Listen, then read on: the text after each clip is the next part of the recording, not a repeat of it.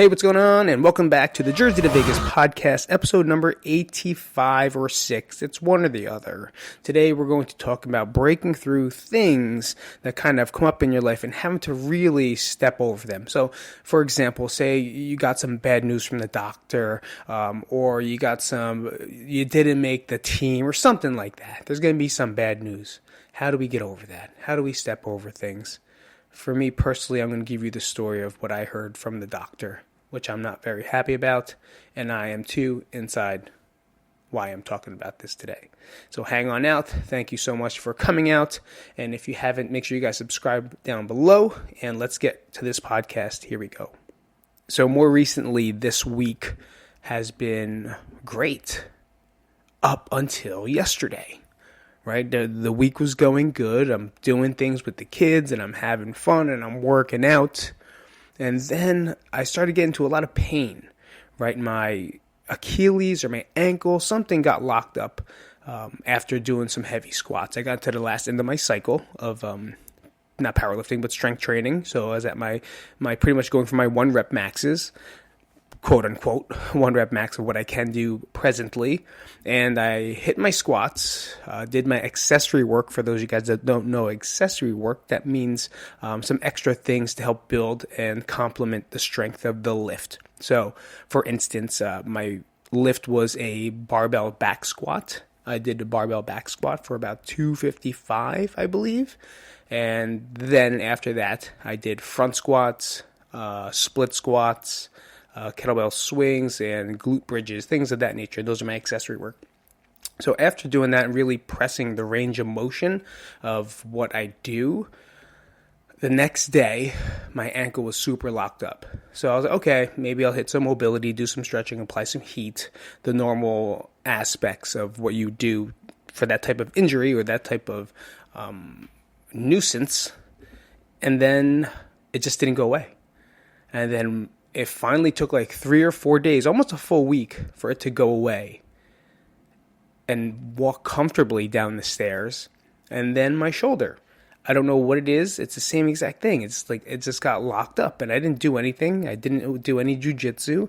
I went in and I I drilled. So I did a little bit of that, but it wasn't anything much. I did a lot of movement by myself. And then on Sunday, I did more drilling because the ankle felt okay, but I kept it on the ground. I didn't do any stand-up work. And then the next day, my shoulder felt so locked up. So this week now, this shoulder has been locked up. And it's been a nuisance. So with that said, I don't know what. I mean, I kind of have an inclining of what has happened in my brain, but making sure that it doesn't affect me is the hard part, right? Like I want to feel good, and I'm making myself try to convince myself that things will be okay. Yesterday, it was kind of, I could have went down the wrong road, right? And I kind of I left yesterday as like a loss. Like I'm alive, I could be breathing, and then after that, that's anything extra would be great. So I just stayed. I did work on some editing and whatnot, but I just didn't feel good, right? I've been feeling really good for the past couple weeks, and for the first time in a bit, kind of felt like I was in the dumps. You know, I felt like I was in the dumps. I was super tired. Just getting up was hard, even though I made myself just get up and go for the walks in the morning. So I walk with my wife now about 3 days a week. We wake up in the morning. We go walking for about half an hour. I feel like we're a retired couple now. That's what it is. I guess that's what you do, right? You just walk for your health and just for us to complete some steps. And we do it 3 times a week, you know, except for on Monday, I had a lot of trouble. Or was that Friday? I think it was Friday. I had a lot of trouble walking. I couldn't do it. Maybe it was Monday. I forget. I think it was Monday. And I couldn't get it to move. You know, so I just did some stuff. Ended up working out yesterday, and I did my deadlifts to complete the 4-week cycle. So I got that done. But it was hard. You know, it was hard to move. It was hard to feel good. And no matter how much I warmed up or how much mobility or heat I applied, it just didn't seem to unlock. Like for me to raise my arm and try to, it hurts. Like I can't even put it on my shelf. I can't get like cough medicine off the fucking shelf. And it's annoying. It's annoying when you know what you can do and like now you can't do, but I don't even know what I did to it. I don't know what I did to it. So here's the story that I think is going to either make me or break me mentally. And this one, let me just check the time. I'm going to take a check real quick.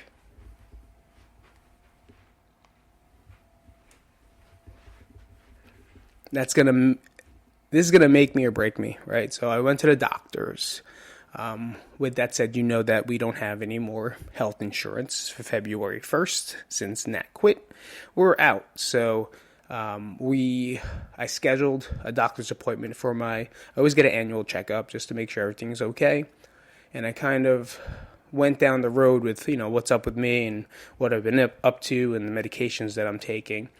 And I just told him, I was like, yeah, my hands and like wrists really, they bother me. Like they're like super tight. I can't do push-ups anymore. I mean, I can, but we all talked about it, right? A couple episodes ago, like it was hard for me to do 30 push-ups. Like it's hard.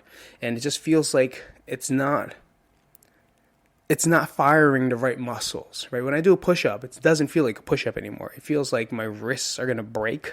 And now they're trying to support my body. So it's really weird. Now, I don't know how to do a grip, but I believe that it has to do with, an ongoing thing. And I can say my genetics is arthritis. So I showed him my hands, and that's what they look like, right? And he saw my pinky one and how it's starting to curve, right? And he goes, just your hands and wrists. He goes, both sides? I go, yeah, both sides. Like this one too. If I switch hands, it hurts just to hold, but look. Like, this is me holding it straight. See that curve? This is straight. He goes, can you straighten it out? I go, that's straight. So I have to force extension. That's straight to normal people, right? So they're thinking I may have rheumatoid arthritis, which kind of sucks. Like, it's a fucking, like, here's a punch in the dick. Here's another punch in the dick. I'm going to get the blood work and everything done, but I have to wait until we have some type of insurance again before I can do that. So I'm just going to have to sit here and, just do what I normally do. Fucking push through pain and see what it is. But like I said, if you have listened the past couple episodes, like my pain has been progressive. Like I've been getting hurt a lot more, injured for no reason a lot more, or just a lot of pain inside my joints, just more. So I don't understand what's going on. When I eat cleaner, I do everything better, and it just doesn't make sense to me, which is why I want to cancel out the fact that it might be an autoimmune disease. But if I am going off how I feel, I think it's it. I think it's it. Like, I'm not going to say it's not, because I already have nightshade, right? It's autoimmune sensitivity, where I have problems eating different foods, right? It causes arthritis and stiffness and pain. So who knows? Can they be linked? Is it just what it actually was and now it's just showing itself more? Maybe it wasn't nightshade, but if you do have nightshade intolerances, or if you do have rheumatoid, usually those nightshades are the ones that cause a lot of the pain and the stiffness and the blistering and all that noise. So you don't know. Right? And of course, what do they say rheumatoid arthritis is going to do? It's you're going to give you medication. I'm not taking it. I'm done. Like, I'm done. So hopefully, with every piece of being of myself, that I will stay positive in this moment, because it's rheumatoid. It could be worse, right? It could be fucking worse, is the way it is. And that's not the last thing they want to check. Right, so every time I go to this doctor, I take my blood pressure, right? Boop, boop, boop, boop, squeezes my arm. They release the valve, and now it starts to beat. And I sit there, and I just relax, and I breathe. My resting heart rate on the, I don't know what they call it. I forget the blood pressure machine. I forget what it's called. Good job, personal trainer Pete. Is always low. So my resting heart rate's always low. Last time I went there, it was like 38. Right? That's like Lance Armstrong type shit at the prime of his like conditioning. This time was at 44. And then before that, then they took another one where they put something on my finger. Like, I don't know what it was. They put something on my finger. The nurse bit it like that. And then she just stayed there for 30 seconds. And then she told me my heart rate was 66. No, it was something that they clamp onto your finger. And then so they put me on EKG, and there's a low heart rate. He kind of just wants to cancel it out. He thinks that it's because I'm in shape. And I'm like, I used to be in better shape, honestly. Like, I don't know. Like, I think my conditioning was way better back then than now. But I think I'm also still in decent shape. Like, I can go for a match for 10 minutes, right? I can run for half an hour. I could do exercise pretty much at that point. And I do have a decent conditioned heart, right? Where it doesn't have to work as much. But he's just not scared. But if you hear that beeping, there's construction. No shit. I don't know the word here. Not scared. Just wants to be precautionary. Is that a word there? Wants to be precautionary. That it's not anything. That it's not anything that we have to be worried about. So I do have to go to a cardiologist now, and they want to check out my resting heart rate because the EKG showed it was low, and the beats are very spaced out. And if that is the case, I was like, so what's that mean? He's like, well, sometimes if it's too low, well, then they'll have to go inside, put a little pacemaker inside you, and then it'll really regulate the heart because we don't want it to stop. All right, that sounds great, honestly. Really feeling this doctor's visit. Really feeling it. And then he goes, how old are you? I go, I'm 45 now. He goes, oh, okay, did you know that it's colonoscopy time? This is the only thing I was actually super excited about. I've been wanting a colonoscopy. I've been wanting the doctor to probe me since I was 30. I just wanted to get it over with. I just want him to be like, snap rubber glove, Vaseline, poo-poo, and go like that at the top. That's what I want him to do. And finally, the dream came true. But now he's not going to do it. He's not going to do it. He's like, do you want to do a manual one? Or do you want to get a colonoscopy? I was like, I'll just get a colonoscopy. Because I can tell you are not into it. You can tell in his face because he already asked me if he wanted him to do it or if he wanted me to go get a professional colonoscopy to clean it out and kind of get everything checked out. So you have to, right? It used to be at age 50. Now they move it to age 45. Did not know this. So you got to get all that colon stuff and all the wonderful noise that comes with that as well. So I'll tell you what, it was quite a doctor's visit, learning more about myself. But what did this exactly do to me? It kind of threw me off, because I'm so into bettering myself, obviously, right? I'm here doing this. I'm very passionate about becoming better, right? I've been in a down phase for a long time, and I am seeing the light. Like, I see it. I know it's there. I can follow it. I'm following the path of the light. And then someone fucking shuts the lights off for a little bit, and then the path turned a little bit. And now that kind of fucks with me. That really messes with my head.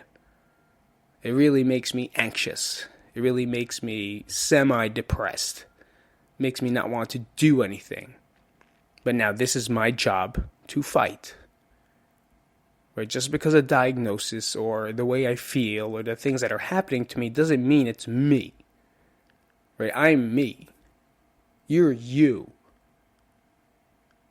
These little things are just things, obstructions in the way of what it is we're trying to search for, what we're trying to do. It's live our life. Right? I just want to live my life. And sure, there's going to be swings from bipolar, and there's going to be depression on some days, and there's going to be anxious moments and not want to go to parties and not want to go outside. But this is the fight.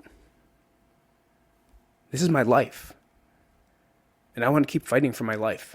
So for those of you guys who want to know what rheumatoid arthritis is, I figured we'd read it, right? Because I can't even spell it, honestly. Rheumatoid, you want me to spell that? I can't spell and. R-H-E-U-M-A, toid. Never knew that. So rheumatoid arthritis is an autoimmune disease. Normally, your immune system helps protect your body from infection and disease. In rheumatoid arthritis, ... Well, that's not fucking good. Stupid. Okay, here it is. Chronic. It's a chronic. I should learn how to read. Here it is. A chronic inflammatory disorder affecting many joints, including those in the hands and feet. In rheumatoid arthritis, the body's immune system attacks its own tissue, including joints. In severe cases, it attacks internal organs. Rheumatoid arthritis affects the joint lining, causing painful swelling. Over a long period of time, the inflammation associated with rheumatoid arthritis can cause bone erosion and joint deformity. Looks like my fingers, my pinky boys. While there's no cure for rheumatoid arthritis, physiotherapists, my fucking hand's killing me. I can't even hold it. Ugh, fuck. Rheumatoid arthritis. Fucking definitely. It's a laptop. I should be able to hold a laptop that long. God damn, this hurts.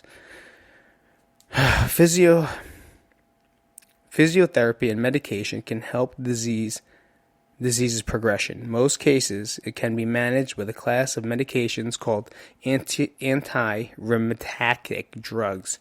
Treatment can help, but this condition cannot be cured.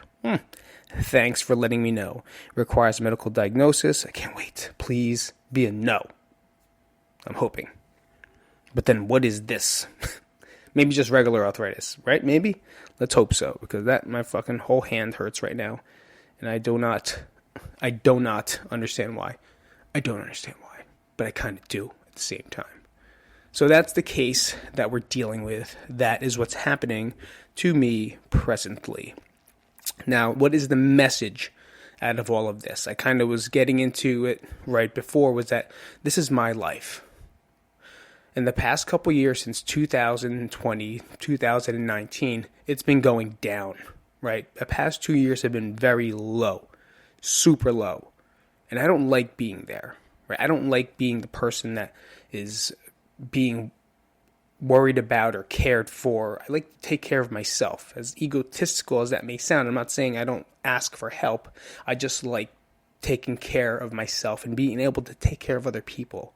But how am I going to be able to take care of other people if I keep getting hurt or injured or sick? And it just seems like you always ask the question, why? You know, and I'm thinking about this now, and it's autoimmune disease, and yeah, it's my body fighting my body, right? But then I think about people with cancer, and I hate saying it, because it's not even fair to say or compare this to.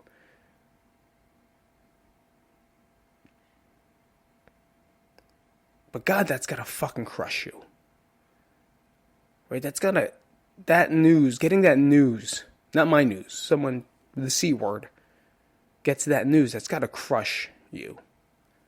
You know, it's got to do something mentally and physically, honestly, but you got to be strong enough. And I have enough friends that overcome those. Like, why is this a thing? You know, why does it even have to be a thing? But I guess that's because now it's me. Right? It's my diagnosis. This is my alleged diagnosis. Like, you see what I mean? Like, things like this I don't really tell people about. I don't show them, like, my hands hurt, my wrists hurt, my fingers hurt, my arms hurt, my feet hurt, and my ankles hurt. I never tell people that. I usually say my hip hurts or my back and my neck, the normal Pete Isip stuff. But it's getting difficult to do all these little things, and it just seems weird, right? It seems weird that this change is happening. But like I said, this is my job now, to look at it in a different way. I can't look at it in a way where it's like, how am I going to do this now? No, it's like, I gotta keep doing it. Right? I didn't want to deadlift yesterday. I can't even hold the bar. You know how much I deadlifted yesterday? Max threes. 155. That is my sumo deadlift. That's it. So for those of you guys that don't think you deadlift enough, for those of you guys that don't think you're strong enough, that's my deadlift. I can pick up a stone that's 155 and throw it over my back. But for some reason, the deadlift is a very difficult task for me to do, because it's hard to hold the bar, first off. Like that when that steel is cold, it takes a minute. I have to warm my hands up, get it going. And then with my new hip, it's difficult to deadlift. But I'm not saying I cannot do it, because that's why I'm doing it.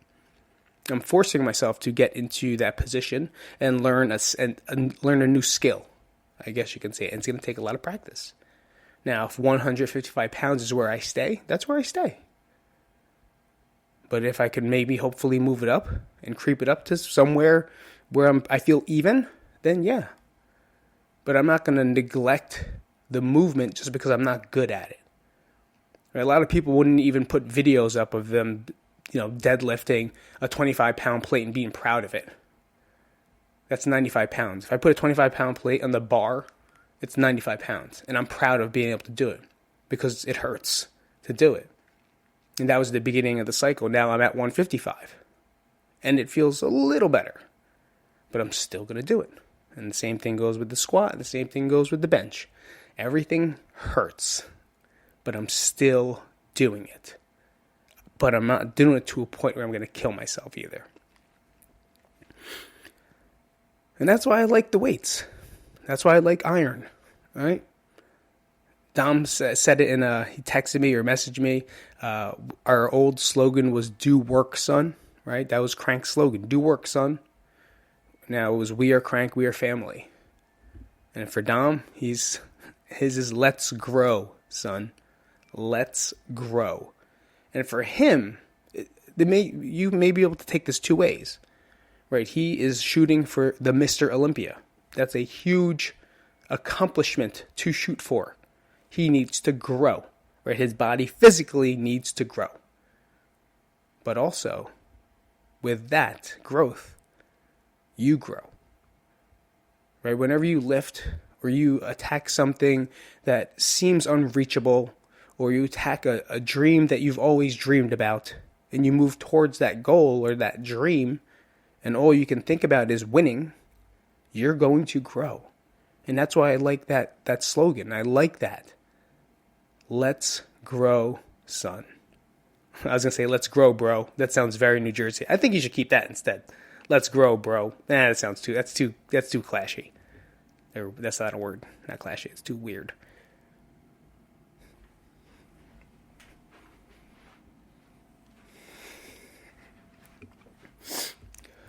Let's grow, son.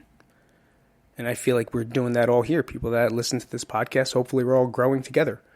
Right? Doing our jobs, doing our thing, doing things we love, doing things we care about, not doing things we don't love, not doing things we don't care about. Those things we should be eliminating for our lives.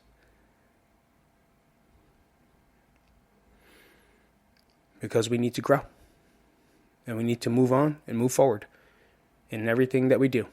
No matter what diagnosis you get, no matter what bad news you hear of, no matter what things happen to you in life.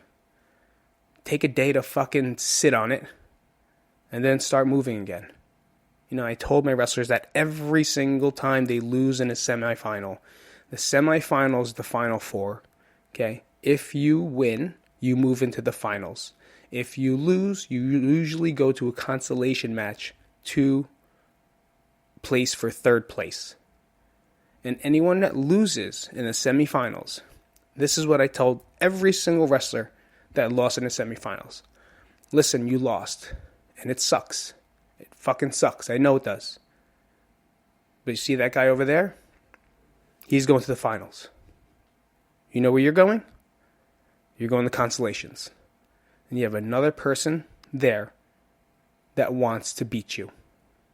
So you can think about this match for another half an hour. Half an hour. I'm going to give you half an hour to think about this match. But now it's time to bounce back. And then start getting ready for that guy. Because he's trying to end your season. Ooh, I got chills. Because it's true. Because if you don't take third, at least your season is over in the districts. Sure, it's nice to place. And all. Right, in other tournaments like invitationals throughout the year, the counties. But when it comes down to state time, if you don't at least take top 3, I think now it's top 4. Don't get me wrong. You're out. Your season was done. And that was always a speech I would give the kids. Like, that's how resilient you have to be as a wrestler. You can't think about that loss. Think about it, even more so, quarterbacks, right? NFL quarterbacks, maybe even collegiate quarterbacks. If they throw an interception and they thought about the interception all day long, they'd ruin the whole game. right? They could only live play by play, and that's it. And they really are very resilient, and you got to give them that credit. But we as people, not wrestlers, but humans in life, are going to get some bad news. We're going to get some terrible times. I've had 2-3 years full of shit. Trying my best to get out of it. Pushed myself so deep that it was hard to get out of it. But I'm out. And now life is giving me something else. A little coin to flip. But I gotta move on.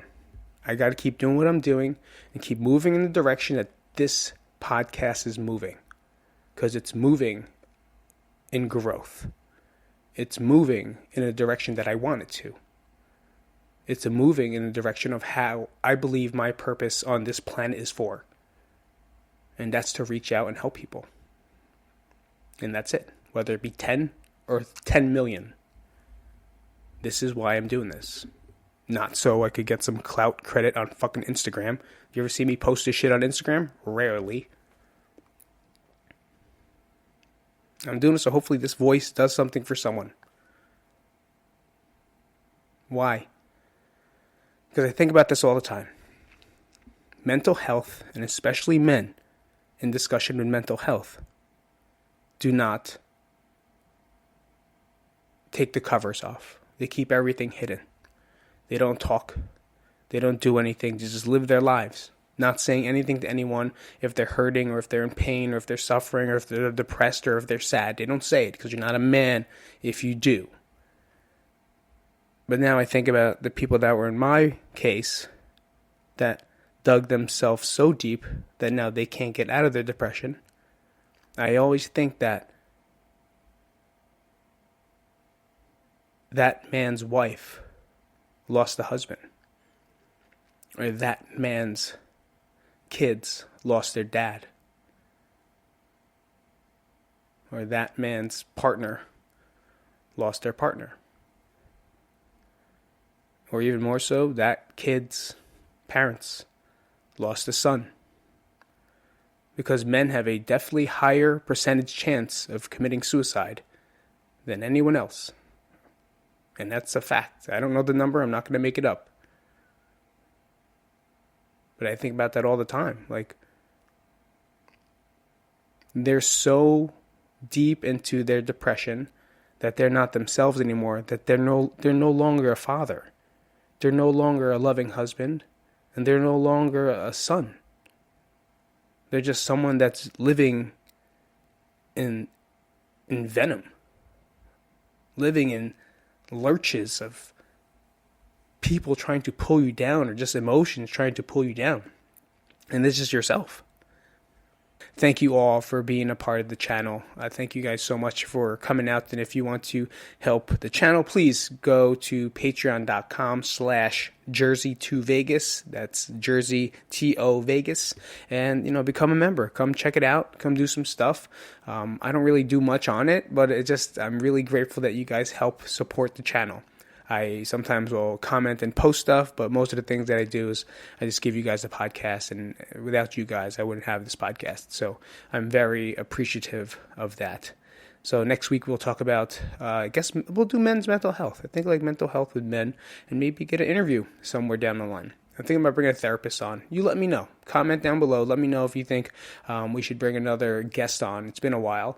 And maybe have a therapist that will talk a little bit more about men's mental health. I think it'd be a cool idea. All right.